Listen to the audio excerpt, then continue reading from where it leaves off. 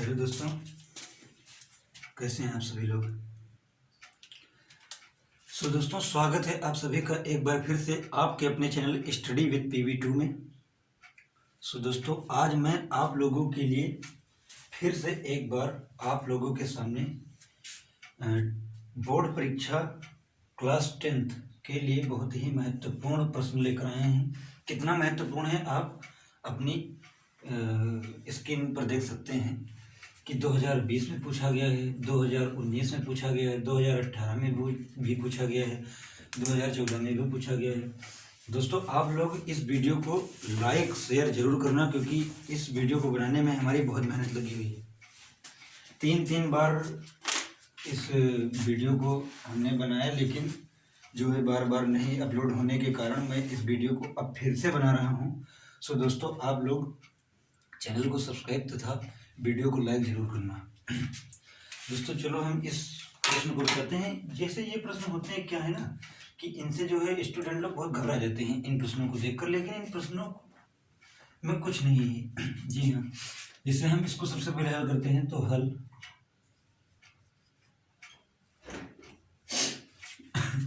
दिया हुआ है कि एक नाव की शांत जल में चाल 15 किलोमीटर प्रति घंटा है। नाव धारा की दिशा में 30 किलोमीटर जाने में तथा धारा के विपरीत दिशा में 30 किलोमीटर वापस लौटने में कुल 4 घंटा 30 मिनट में पूर्ण करता है या पूर्ण करती है, तो धारा की चाल ज्ञात कीजिए। देखो, जो प्रश्न पूछा जाए इस भाषा से, इस तरह के भाषा संबंधी प्रश्न में कभी भी जिस तरह जो पूछा जाए वही आपको मान लेना होता है। जैसे इसमें क्या पूछा गया कि धारा की चाल ज्ञात करो, तो माना, सपोज दैट, माना धारा की चाल बराबर, माना धारा की चाल बराबर x किलोमीटर प्रति घंटा। राइट, आप कुछ भी मान सकते हैं, हमने x मान लिया, कोई तकलीफ नहीं, आप चाहे जो मानो। फिर उसमें क्या दिया हुआ है कि एक नाव की शांत जल में चाल, मतलब नाव की शांत जल में चाल क्या है, 15 किलोमीटर प्रति घंटा। जी हाँ, नाव की चाल बराबर दी हुई है कि 15 किलोमीटर प्रति घंटा। अब ये क्या है, ये हमें गिवन है, अर्थात दिया, मतलब दे रखा है, दिया है। ठीक, ये आप इतना समझिए। अब कह रहा है, देखो इसमें यही एक कॉन्सेप्ट है कि धारा की दिशा में और धारा की विपरीत दिशा में, मतलब जब धारा की दिशा में अर्थात धारा के अनुकूल, धारा की विपरीत दिशा में अर्थात धारा के प्रतिकूल। देखो, धारा की दिशा और धारा की विपरीत दिशा होती क्या है, इसका थोड़ा कॉन्सेप्ट समझ लेते हैं।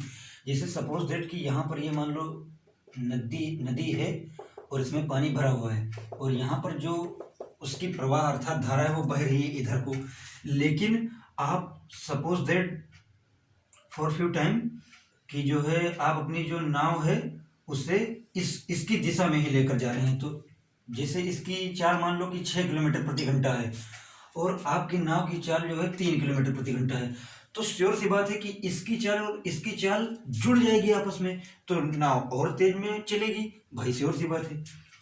लेकिन वही चीज यदि, मतलब ध्यान दो, अनुकूल जो हमने कहा, तो धारा की चाल नाव की चाल धारा की चाल में जुड़ गई। ठीक, और जब हम कहते हैं प्रतिकूल, तो प्रतिकूल जैसे नाव इधर कब बढ़ेगी, जब इस धारा से जो नाव की चाल है वो श्योर सी बात है कि ये इसकी चाल, नाव की चाल बड़ी होगी, ज्यादा होगी, तभी ये इस और चल पाएगी और धारा अर्थात प्रवाह को पीछे छोड़ पाएगी। दोस्तों, वही कॉन्सेप्ट यहाँ पर यूज होगा। तो हम मान लेते हैं कि तब धारा के अनुकूल चाल बराबर, तब धारा के अनुकूल चाल बराबर, मतलब जो भी चाल है वो हमारी नाव की चाल में जुड़ेगी या घटेगी, ये आप लोग ध्यान दीजिए।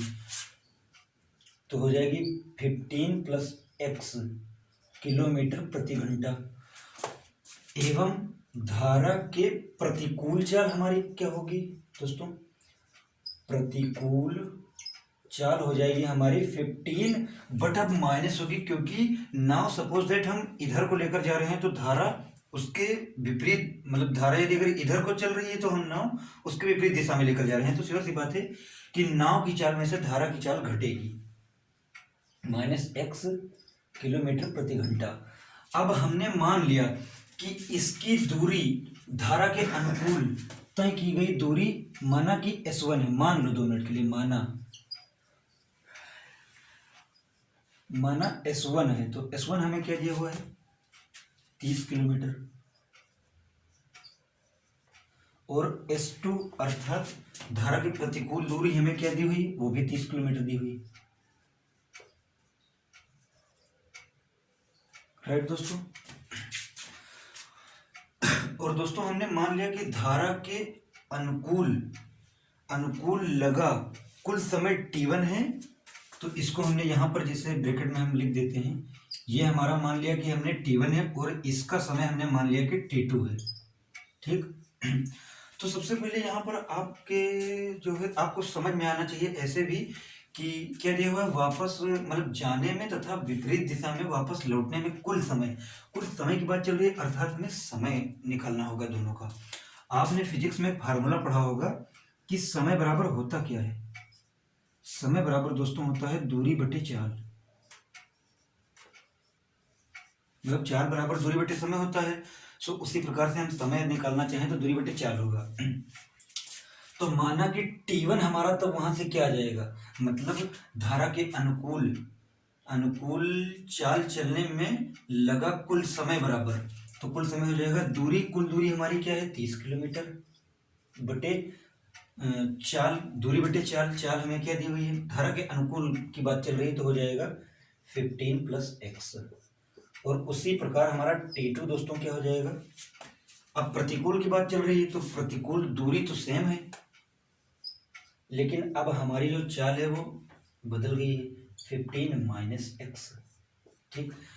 अब अकॉर्डिंग टू क्वेश्चन के अनुसार, अब हमें प्रश्न के अनुसार क्या बोल रहा है कि T1 और T2 दोनों की वैल्यू हमें दी गई है, मतलब दोस्तों T1 + T2 वो हमें दिया हुआ है, मतलब 4 आवर और 30 मिनट, मतलब जब इसे आप कुल आवर में कन्वर्ट करोगे तो ये आ जाएगा आपका 9/2 घंटा आ जाएगा, ठीक।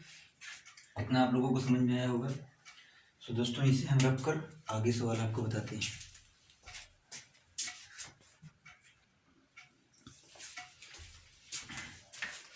सो दोस्तों यहाँ पर T1 + T2 9/2 किसके अनुसार, क्योंकि हमें क्वेश्चन में ही दे रखा है कि कुल समय अर्थात दोनों का योग। अब T1 की वैल्यू हम पुट करेंगे तो ये हो जाएगा हमारा 30/15 + x, और प्लस लगा हुआ है, हमने प्लस लगाया। T2 की वैल्यू दी हुई है हमें 13/15 - x इक्वल 9/2 दिया हुआ है हमें दोस्तों, राइट।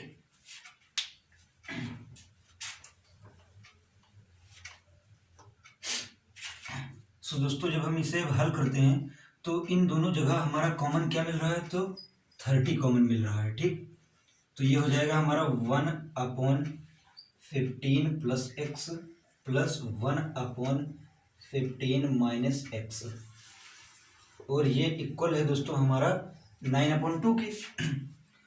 सो जब हम यदि इसे काटना चाहें तो ये हो जाएगा 10 और ये हो जाएगा हमारा 3, तो जब हम इसे अब हल करेंगे तो ये हो जाएगा हमारा 10 और ये हो जाएगा हमारा 15 - x और प्लस 15 + x, राइट।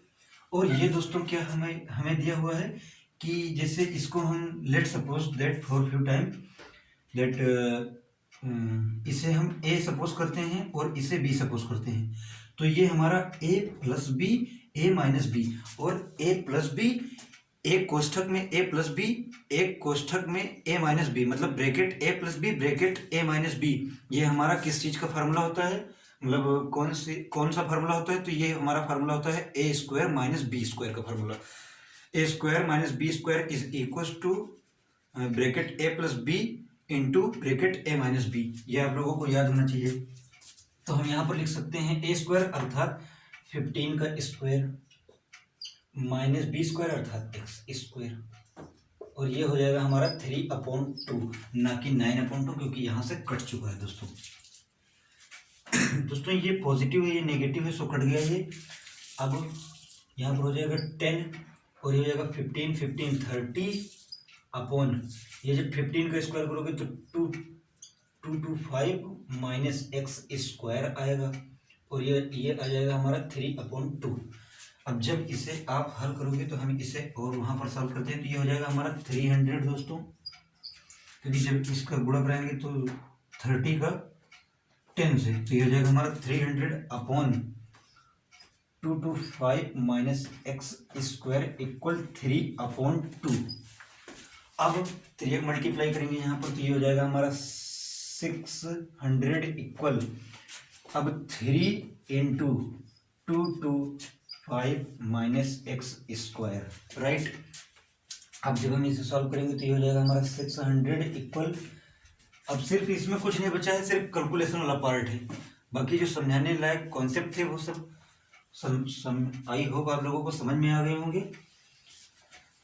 अब ये हो जाएगा 3 × 15, 3 × 6 7, 3 × 6 मतलब 675 माइनस, इसको मत भूल जाना इससे गुणा करते वक्त, ये हो जाएगा आपका 3x²।